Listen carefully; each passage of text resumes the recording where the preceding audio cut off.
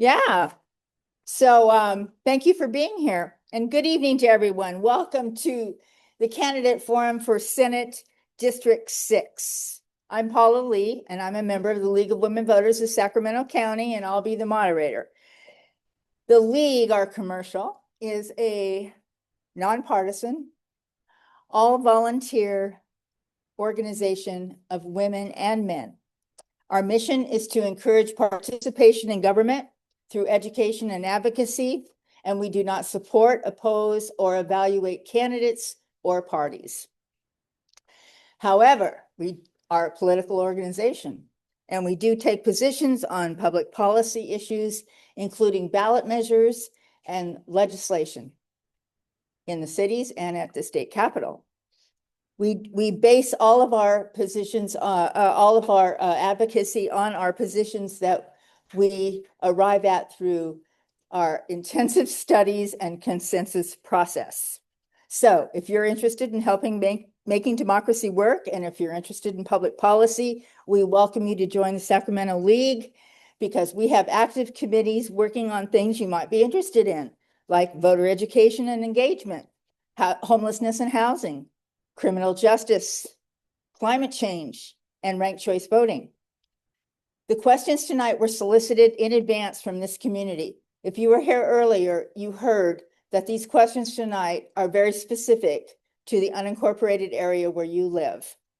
And so we are really gearing this to you, thanks to the sponsors, advocates for Arden, or Arden Arcade advocates. Tonight, the candidates for Senate District 6 in alphabetical order are Sean Frame, Roger Nilo, and Sarah Velasco. So each candidate, again, is going to have a minute and a half for opening remarks to introduce themselves to you. Then they'll have 1 minute for answers. It seems like a very short time, but I know you guys can do it. Yeah. And you'll have 1 minute for a closing. So the timer tonight is Carol. Once again, you'll see her raise up the signs. 30 minutes to go and a stop sign. 30 seconds, yeah, not 30 minutes. Thank you very much. Yeah. No, we don't want to sleep here. Okay. And then I'll be asking the questions in rotating order. So thanks again, candidates. Thank you for running for office. Thank you for being here tonight to answer these questions from this community. We recognize, even in the League of Women Voters, that we have ignored this community. You know, for a long time, we have never been asked to do a forum in our arcade area, an unincorporated area. So we're really happy to be here too. So we're going to begin with opening statements, and we'll start with you, Sean Frame. Thank you, Paula, and thank you all for coming here tonight. My name is Sean Frame, and I'm a public education worker. I'm a husband and father, grandfather, and a small business owner who's run the business I founded for 35 years. The journey that brought me here started when I ran for school board in a time of tragedy in my community. And I learned a lot from that experience. And what I learned was that we needed to do a lot more for our kids if we want them to have the future that's as good as the promise we've given them. At that time in that school district, 10% of the students were homeless. I was appalled. And that's why I'm running for state senate, because we needed to get to the place where we can achieve that California dream we've all heard about. You know, the one where anyone can be a star or found a business that could change the world. And, you know, we're far from that, unfortunately. Sadly, the greatest predictor of achieving that dream right now is being born to a family that's already achieved it. And that's not okay. We need to build affordable housing so that workers can live near where they work. We need, so kids can leave their parents' home, but stay in the community, and so that seniors can stay in their home. We need to fix the healthcare crisis that a rogue federal government has created by trading our healthcare for illegal wars and tax cuts for the 1%. We need to fully fund education from preschool to grad school, including trade schools, so that everybody can reach their full potential in our state. I'm going to fight for that every day as our state senator, because we deserve better than the existing status quo. We deserve a region and a state that's better. California first. Roger Nilo? Thank you very much. Thank you. The League of Women Voters does a great job in hosting forums like this. I've participated in many over the years, and they even supported a bill of mine this year and a couple of years ago that I've worked on for years, many times. But I grew up in the Arden Arcade area, and I have lived in the unincorporated area of Fair Oaks for about the last 50 years. So I'm very familiar with the communities. I'm a business owner. If advertising is worth anything, you may have heard of the Milo Auto Group. And we have 4 dealerships in the Arden Arcade area. And when I was active in the business, I ran 2 of our dealerships that were in the Arden Arcade area. And I was very active in the community, in the region, but also locally. Randy Graham, a fellow car dealer, and I organized and founded the Fulton Avenue Improvement District. And after that, I entered the career of politics. I've served as on the County Board of Supervisors, representing mostly unincorporated areas. And I was 6 years in the Assembly. And I would stress, as is often said, all politics is local. And though I serve at the state level, there are many things we can do to support the local level. And I always try to do that. And Sarah Velasquez? Velasco. Velasquez. Thank you, Sarah. Thank you for being here as well. It's good to see the League of Women Voters here, and thank you for paying attention to the Arden Arcade now that you're here. It's sad that a woman who stands up for herself stands up for all other women, and that's basically why I'm here today. We've been attacked on so many levels, and now what we're looking at this year is some of the restrictions on voting that they're putting through will affect many women who are married, who have changed their names in our lifetimes, and it's very motivating for me to get up here and fight for us, because I wasn't sleeping at night before I decided to do this. I was waking up repeatedly at 2 in the morning. Sorry, that's probably TMI personal stuff, but I just want to give you just a really quick bit about what I think is most important for us. Public safety is very important. The level of violence in our communities has increased exponentially in the last year, and it's not just here, at home. We all know rape is getting past us with impunity, and people aren't enforcing the laws. You're 1 minute, you're 1.5 minutes up. Okay, I'm sorry. Okay, Just watch the signs there. Okay, first question, and we begin with you, Sean Frame. It's on immigration. Immigrants are about 1/4 of California's population, and with an excessive share of inexpensive rental housing, our communities here have hosted major groups of recent immigrants. For instance, the U.S. Bureau of Census says there are more Afghan immigrants in Arden Arcade zip codes than anywhere else in the U.S. At the federal level, immigration is now regarded as a problem that requires intervention. Yet overwhelmingly, majorities, 74% today, think that there should be a way for undocumented immigrants who live in the U.S. to stay in the country legally if certain requirements are met. How should legal and illegal immigrants be treated in our unincorporated communities? Well, first thing I'd like to say is that the Afghan community that's here is here because we were in their country. And many of them that had to come to this country had to come to this country under great duress because they were active with our military there. And if they were to go back, they would be in grave danger. So I want to start by saying that I wholeheartedly support that community being a part of where I live, Arden Arcade. And then further, I would say that housing is a human right. So to insinuate that somebody coming here is the reason we have a housing problem is just a ridiculous statement on the face of it. We aren't building the kind of affordable housing that we need at scale for anybody that's here. We are building thousands of luxury homes and above market homes in this very district somehow, but yet we can't build homes that 0 to 30% and 30 to 50% AMI that are greatly needed in this community. And whether somebody is an immigrant or not has no bearing on whether or not they should have a roof over their head. That's just basic human dignity.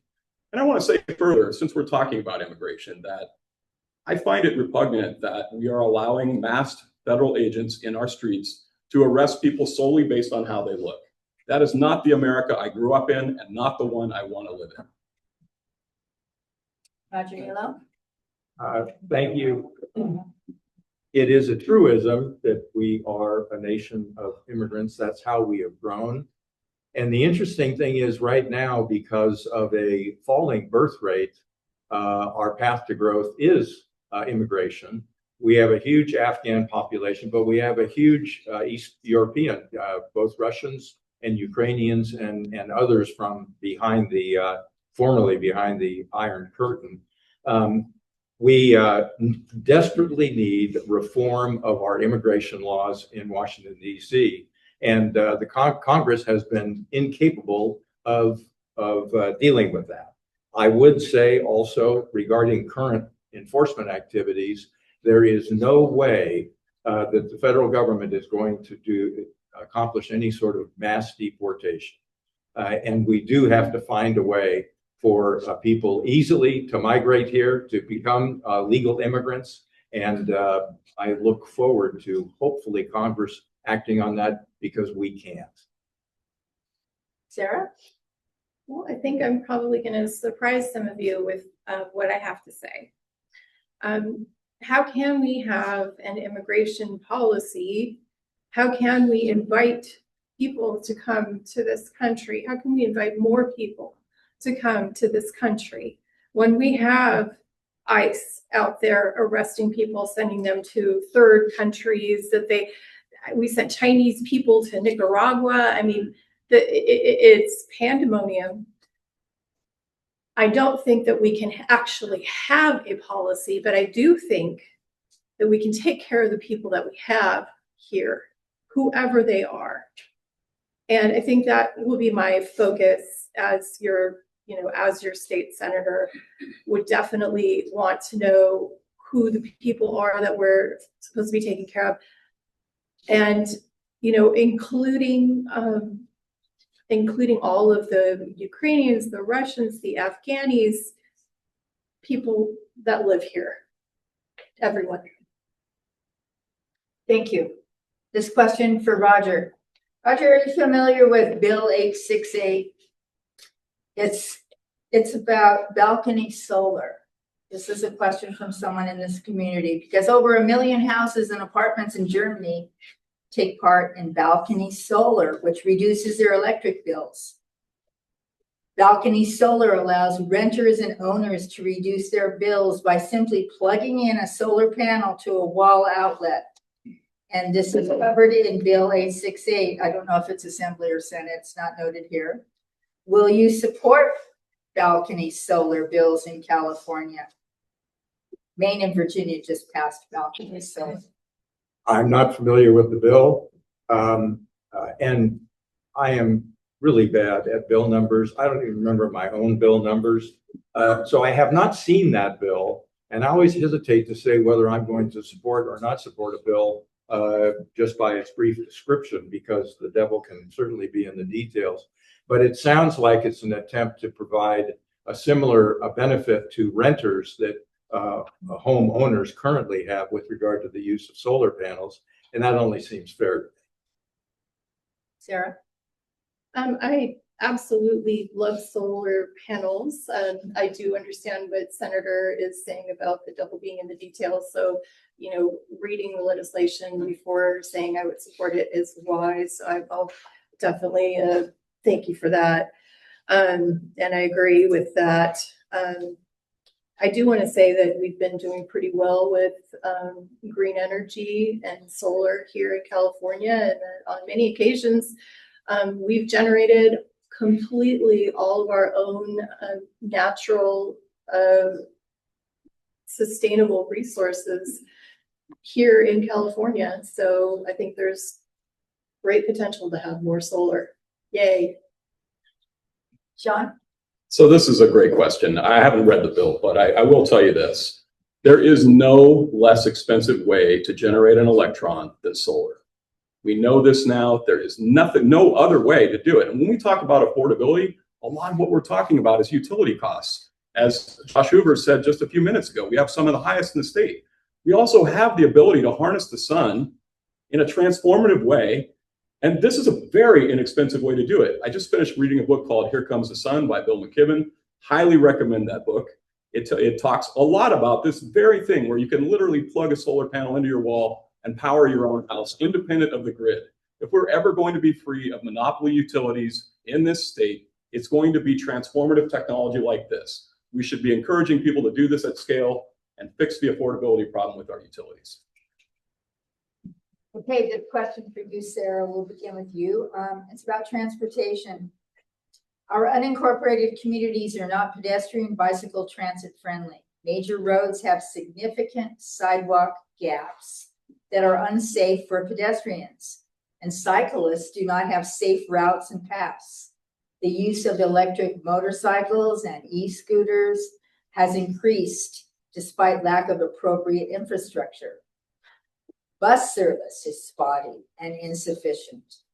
Unincorporated area communities in Northeast Sacramento County have no voice on SACOG and the Regional Transit Board other than the county supervisors, who often are not elected from those communities.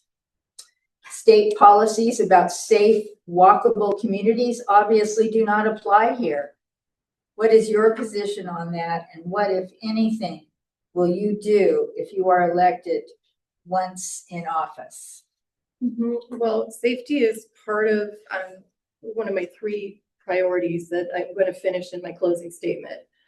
And I do think that we need to focus, I would particularly focus first around schools, elementary schools, to fix the sidewalks and the bike paths, strengthening the bike paths, educating the community so that people know that it's an issue. And there are, I'll add to that. There was a light rail project that was started that has not been completed yet.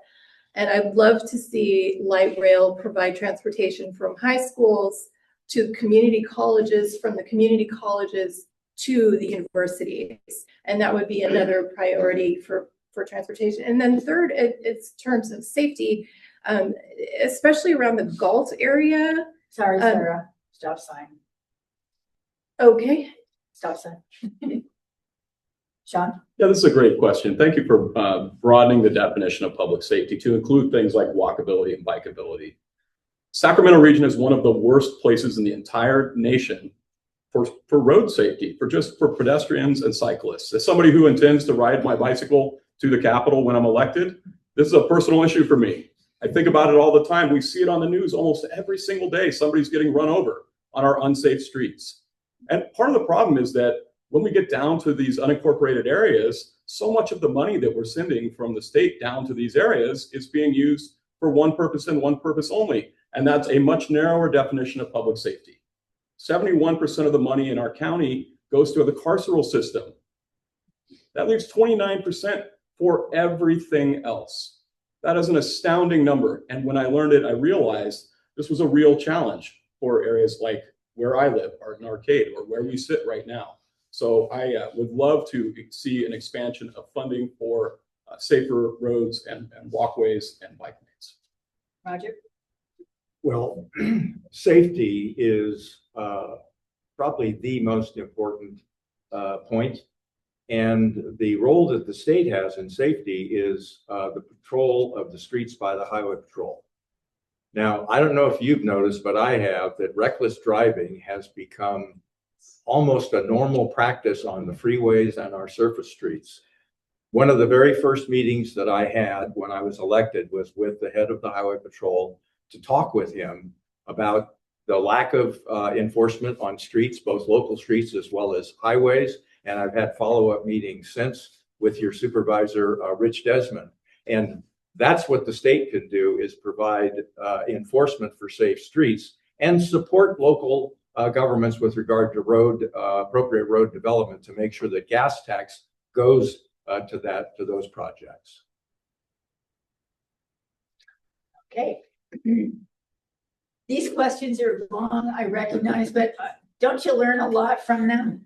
I know I'm learning a lot about your community from these questions. So we begin with you, Sean, on this. The Education Revenue Allocation Fund, enacted by the state in 1992 because budget problems made the state unable to fund the minimum guarantee for schools pursuant to Proposition 98. The Education Revenue Allocation Fund transferred property tax to schools from cities, counties, and special districts using a base year funding formula. But now, decades later, that funding formula continues to stress local budgets, particularly those of enterprise special districts. Within Sacramento County, there are districts that lose a 33% share of property taxes, while others only lose 10 to 12%. By now, though, several counties have accrued excess ERAF transfers, such as the state has reallocated the funds for other budget balancing purposes, such as transfers to cities with insufficient or no property taxes from vehicle license fees.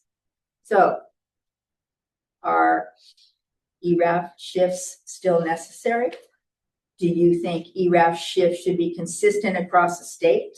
And are you open to ERAF modifications? Am I saying that right? ERAF. Mm-hmm. Are you open to ERAF modifications to assist struggling special districts? Yeah, look, as somebody who works in public education, I would love to tell my coworkers that we should just keep the money forever and education that we took back in lean times. But the reality is our special districts need to be funded too. You know, one of our local parks districts lost 30% of its budget when these funds were moved from one place to another. This is robbing Peter to pay Paul, right? We should be meeting the Prop 98 guarantees without taking money from our special districts. Special districts, particularly in unincorporated areas like this, serve an incredibly important role. They provide us places for our recreation. They provide us the other services that we desperately need that we don't get from cities and these unincorporated areas. So I wholeheartedly want to make sure that our schools are fully funded, and that fully funded means sending the ERAF funds back where they belong in those special districts. Roger? That was a very complicated tax maneuver, otherwise referred to, I think, as the triple flip. And I'm not sure that anybody fully understands that. But the fact of the matter is that Proposition 98 provides a minimum guarantee for education. Per pupil spending now is significantly greater than it was when I was in the assembly 15 years ago. But here's the thing, statewide achievement is worse. More important than funding is the achievement in our schools. And there is a significant room for improvement on that. Sarah? So yes, I definitely think that we should continue to provide funding to struggling districts. Absolutely. One of my considerations as well is I think we need to hold billionaires and very highly wealthy people accountable. And I'm very interested in a law that was passed this year in New York, adding a tax to the second home of people whose value is $5 million or more. So I think, that may only touch on a few people in our neighborhoods and our districts, but it would be getting the right people. Anyone that can afford that can definitely afford to help us with education after everything that's been taken away from our tax base from us, especially healthcare, which I didn't get to talk about. I hear it. I'll talk. Okay, Roger, do you support the state voter ID proposition that's qualified for the November ballot? I do, but let me say that. Why or why not? Go ahead. Let me say that the SAFE Act, or whatever it's called from the federal government, bothers me tremendously. I am not in favor of the federal government getting involved in state education or election responsibilities, but I do support voter ID. I don't think it's overly burdensome, and I will be supporting that initiative. Sarah, Can you repeat the question? do you support the state voter ID proposition that's qualified for the November ballot? Requires voter ID in order to vote. Oh, no, that's just another one of the Jim Crow voting laws that have been thrust upon us. And, I know Jim Crow isn't necessarily the case for all of us, but includes women, includes immigrants as well. So absolutely not. No, we need to strengthen our election systems and our voting systems. Sean? No, I don't support it. One of the things I told my sons early on when they see ballot initiatives is don't ever vote yes on something where they're trying to fix a problem that doesn't exist. There is absolutely no proof that there is any voter fraud going on in our state. And yet we're going to require people to provide ID that actually costs real money. And it's easy for some people to say, this is no big deal, it's not too onerous, if you have the means to do that. But if you don't, you're being denied the right to vote monetarily. That's called a poll tax. And I don't support it for that reason. Sarah? As explained by the Advocates for Art and Arcade in California unincorporated communities have little or no local law enforcement. Our county sheriff's department, which has relied on grant funding over the years, has warned that limited public safety programs of our unincorporated communities are at a grave risk in the coming fiscal year, with serious budget and staffing reductions expected. Please explain your stance on this issue and what you will do about it if you are elected. Definitely, public safety is the number one issue for me. And if we don't have enough coverage in the unincorporated areas, then we definitely need to, I would make strides to help find more funding. I would definitely have lots of conversation with the sheriff's department, and even I guess we don't have a city, and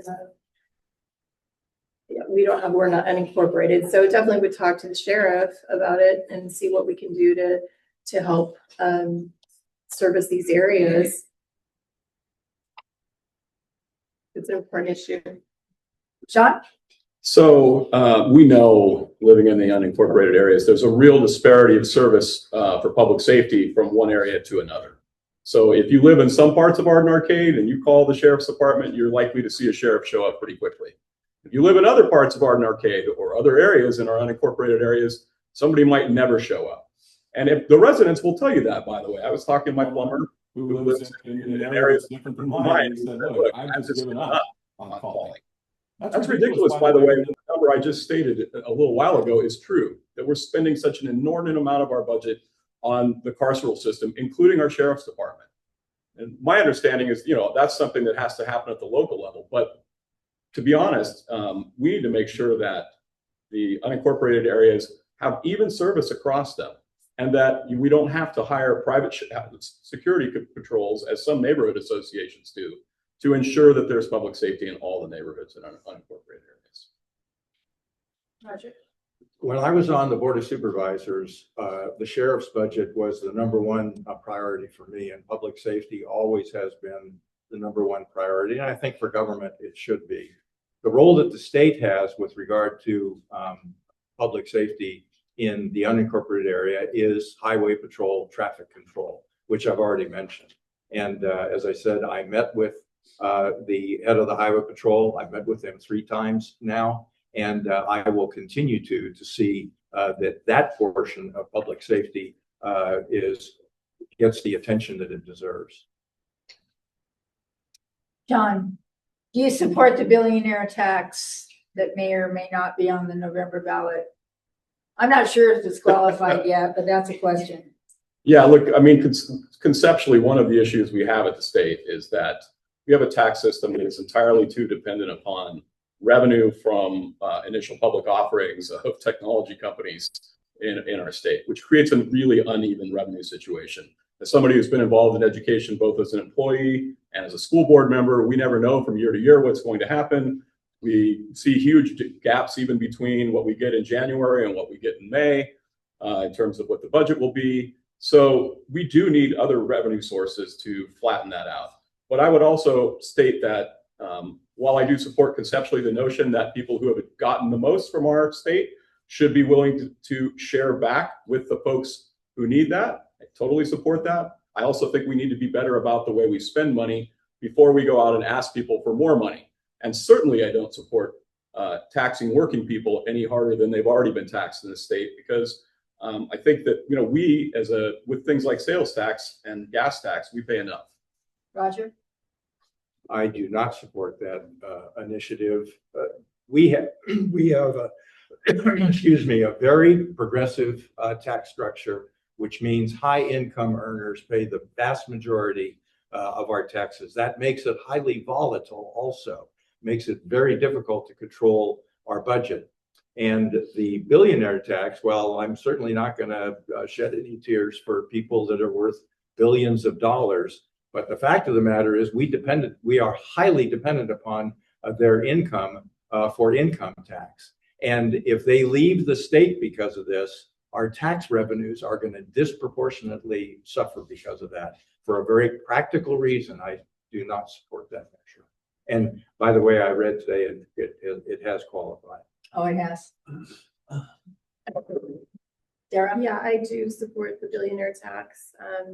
I think, obviously I've also added that there should be a tax on second homes valued at $5 million or more. So that would also be getting some of that money back that's been taken away from us, from our health care and money that we've been spending because of issues of affordability and tariffs and gas prices going up. I think I might even want to add another tax, a bill proposal that would be for people, and this would be for California. So it's different because income tax is usually set with the IRS. I want to find out, can we create a tax base here in California, empower the franchise tax court to collect this money, and ask for income tax from earners who are making $500,000 a year or more. So that would be a proposal from me. Roger. Yes, Roger, yes. Our public schools get nearly half of the state's general fund. Schools can pass bond measures with a significantly lower approval threshold than other local governments. The schools lobby and have very strong influence at the state capitol. Public money continues to flow to charter schools despite failed for-profit schools like Paramount Collegiate Academy in the San Juan Unified School District and the recent Highlands Charter scandal in the Twin Rivers School District. School enrollment is dropping in California and across the U.S. The question, should state policies about public school funding and preferential treatment for charter schools remain the same, or is it time to revisit them? There really is not preferential treatment for charter schools. They have to go through an approval process with a school district or with the county board of education. And that's a rigorous process. I am very much in favor of choice when it comes to education. And charter schools offer a choice. My granddaughter goes to a charter school. It's a part-time classroom-based program, and she has flourished in that. It's a choice for her that is not available to her in regular public schools. There are many examples of that. Charter schools offer choice. Sarah? I have to say, I am open to looking at different ways to support our children in the education system. And I think the first thing when we talk about K-12 education, I'm concerned about the safety of our children and how can we keep them most safe. Thank God we have had almost no mass shootings here in California. I want it to stay that way. I think charter schools have no violence, no mass shooting incidents. And to me, that's successful. I don't know how we can send children to school in this country and if we can't protect them. So maybe charter schools are smaller, have smaller student to teacher ratios and that sort of thing. I know they're all different depending on what the charter is for, but I'm definitely open to finding different ways to support children and education. John? Yeah, look, I really take exception to the notion that charter schools have the same accountability mechanisms as public schools. You don't see public schools defrauding the state of $180 million. $180 million that could have gone to the education of our kids. And if you're not angry about that, just realize that those things happen because accountability is not built into their systems. They don't have the same public meeting requirements as public schools. The oversight is scant at best and goes to a county board of education that is impaneled by the charter schools themselves, including my board member who owns a charter school group and is on the SCOE board chartering schools right now. That is absolutely absurd. It is a terrible use of public funds. If we fully funded our public schools, we could have choice of all programs in those schools, and we could fully educate the youth of our state. Okay, this is a question about the American River, specifically because it does apply to Senate District 6. The lower American River and its tributary streams are important for navigational, historic fish and wildlife habitat and recreational values. The Corps of Engineers has undertaken erosion control construction along the lower American and has removed heritage oaks, destroyed natural habitats, and interfered with recreation within the parkway. Phase 2 of that project threatens hundreds of additional trees and acres of habitat further upstream within the parkway. The state's Central Valley Flood Protection Board rubber stamped the Corps' additional work. Local citizens have brought suit seeking bioengineering alternatives. The work is now on hold. Where do you stand on this, and do you intend to engage in any way? Sarah.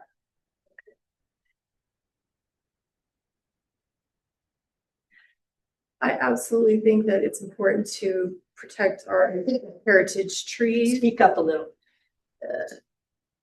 We need to protect our heritage trees, our heritage oaks, and our natural habitats. There are new ways of providing energy, and I'm not sure that I would support the Lower American River project, but I would definitely want to find out more about it. I think my biggest hope is that we can kind of get through all of these public safety and public health and all these problems that we have domestically that are showing a misstep and failure in our system to take care of our people. and get to the environmental issues that we all really want to work together on. I think that is important. Sean? Yeah, this is a personal issue to me because this is happening in my neighborhood. Very familiar with this project. In fact, folks in La Riviera were exercised about it, and I've actually spoken with a lot of the people in that community. When we're making a decision that both impacts the ecological and recreational opportunities of our river system and also the safety of our neighborhood, there needs to be a lot more impact, and there needs to be a lot more input from people who have a greater and more modern understanding of these things. As I understand it, the water board was using antiquated knowledge and about our levee system and the way they operate to say that the only way to protect us from a flood would be to remove those 600, 700 trees. Whereas scientists were like, this is absolutely not true. You could do a lot of other things. So I do think we need to consider both sides of it. I certainly don't want those levees to fail because I live in that neighborhood, but I also don't want to see so many heritage oaks cut down in the process. Sure. The Lower American River and Folsom Lake are three things. Number one, they provide water that comes out of our taps eventually. It provides flood control. And anybody who was around here in '87 will realize that that's a significant risk. And it's a tremendous recreational area. It's one of the premier recreational areas, frankly, in the entire country. And we have to pay equal attention to all three of those things. With regard to flood control, there can be problems of trees that are near the levees. But it appears to me that in some cases, the Army Corps of Engineers may be going a little bit too far, but we need to make sure that those three things are all held in equal importance: flood control, water supply, and recreation. All right. Thank you, candidates. Time for closing remarks now. And we're going to begin with Sarah. Okay. 1 minute. Okay. Well, I think I just want to tell you, most importantly, I think public safety is an issue. It's become an issue. And it's something that we need to pay attention to. And I will be very, very attentive to that. I also think public health is an issue. We didn't get to talk much about that tonight, but that is an additional issue that I would support. Healthcare being taken away from millions of people, and many people in our district, in our area, is not acceptable. And then finally, like housing, we definitely need to do whatever we can to increase affordable housing in California, provide the housing resources that people need. And it's not just housing as the only issue of affordability, but we also are talking about gas prices, and as well as the basic needs, basic necessities. Well, thank you again, and thank all of you for being here. I have immensely enjoyed serving in the legislature, 3 years in the assembly, now 4 years in the Senate. I'm up for re-election, obviously. That would be my last term. I'd be turned out of the legislature entirely, and I would very much appreciate your support so that I can continue to, I think, make a difference. So thank you. Sean? Thank you all for being here tonight. I'd just like to say that I think we need to ask ourselves this question. When we look around, do we like what we see? Is the status quo working for us? Much of this district is unincorporated, underfunded, and at times I would say even unloved. And really that's downstream of the people who have been here in that office for a long time. It's time for a change. It's time that we make it easier for our unincorporated communities to incorporate and to serve the people there. That's really an equity issue more than anything. It's time that we had the funding for the affordable housing that we need in these communities. It's time for a change. It's time for a grander vision for this region. It's time to put our region and California first. Okay, as you probably noticed, we did not get through all your questions, but I hope the candidates will hang out for a little bit. Maybe you'll be able to talk to them and pin them down with some more questions. As Mary Kay told you earlier, if you were here for the Assembly 7 forum, the ballots go out next week. Can you believe it? And you can return your ballot by mail, or you can put it in a secure drop box anywhere in the county, which is really great. So if you don't work close to home, you can do it on your way to work. You can also vote in person at a vote center, and you can do that anywhere in the county too as it gets later. And the locations for those drop boxes and the vote centers will be in that pink envelope that you'll be on the lookout for, right? And sit down, you have time to really look at your ballot and consider all the questions that are on it, which is really the great thing about vote by mail, right? But the reason Mary Kay said, and we usually say, don't wait. We say vote early. We don't mean too early. We just mean don't wait till the very last minute. Don't wait till election day. You know why? Because if you're looking at those returns that come in on TV, you're not in there. You're not in there if you have waited until the last day. So that's what we mean by vote early.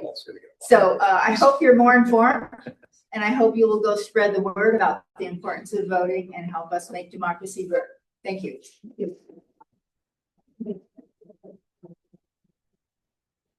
Thank you, God. Thank you. Thank you. So much. Thank you. See you.